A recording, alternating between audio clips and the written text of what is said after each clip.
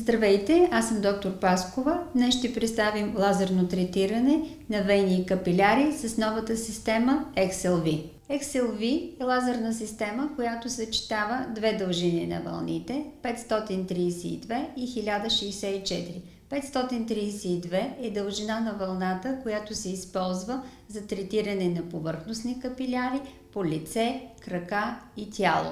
1064 е дължина на вълната, която достига по-дълбоките слоеве и щади повърхностния слой на епидермиса, така че могат да се третират както дълбоки съдове при по-светли и при по-тъмни хора.